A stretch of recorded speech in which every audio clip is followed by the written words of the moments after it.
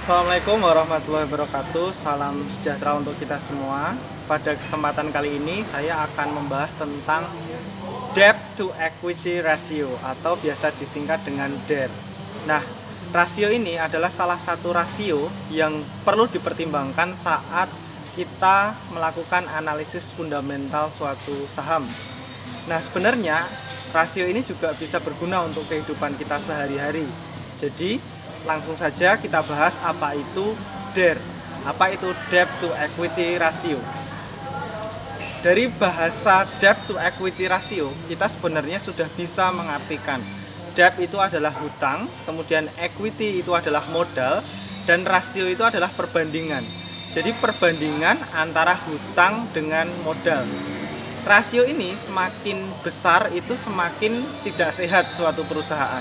Jadi bayangkan saja jika debt to equity ratio itu besar, artinya apa? Hutang itu lebih besar daripada modalnya. Nah, ketika debt to equity itu besar, maka perusahaan itu bisa dikatakan tidak sehat lah. Kenapa? Karena modalnya saja tidak cukup untuk melunasi hutangnya. Jadi, angka debt to equity ratio yang lebih dari 100% itu artinya perusahaan kurang baik lah. Nah, ketika kita memilih saham atau memilih perusahaan untuk bisa kita beli, usahakan atau sebaiknya itu yang DER-nya kecil. Jadi misalnya debt to equity rasionya itu hanya 10%. Nah, artinya apa? Ketika perusahaan tersebut punya hutang 10 juta, maka modalnya itu 100 juta. Artinya modalnya itu sangat cukup untuk melunasi hutang-hutangnya. Nah, kemudian bayangkan juga apabila ada perusahaan yang debt to equity rasionya itu sampai 300% atau 500%. Dan ini nyata terjadi. Biasanya ada di perusahaan-perusahaan sektor konstruksi. Nah, terakhir saya lihat itu ada perusahaan di sektor konstruksi itu debt to equity rasionya itu 500%. Jadi hutangnya misalnya 500 juta, modalnya dia sendiri itu 100 juta.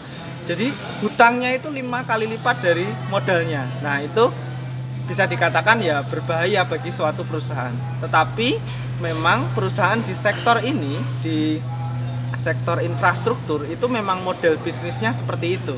Berbeda dengan perusahaan-perusahaan yang ada di sektor consumer goods. Biasanya debt to equity rasionya itu kecil-kecil.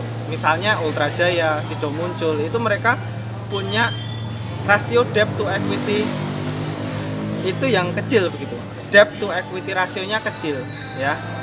Nah, itu saja yang bisa saya sampaikan. Semoga video ini ada manfaatnya untuk saudara yang sedang memilih saham. Nah, kenapa tadi di awal saya sampaikan juga ini berguna untuk mungkin kehidupan kita sehari-hari. Nah, jangan sampai keuangan kita itu debt to equity rasionya itu juga besar gitu. Jangan sampai hutang kita itu lebih besar daripada modal yang kita miliki. Itu saja yang saya sampaikan, semoga banyak manfaatnya. Terima kasih. Wassalamualaikum warahmatullahi wabarakatuh.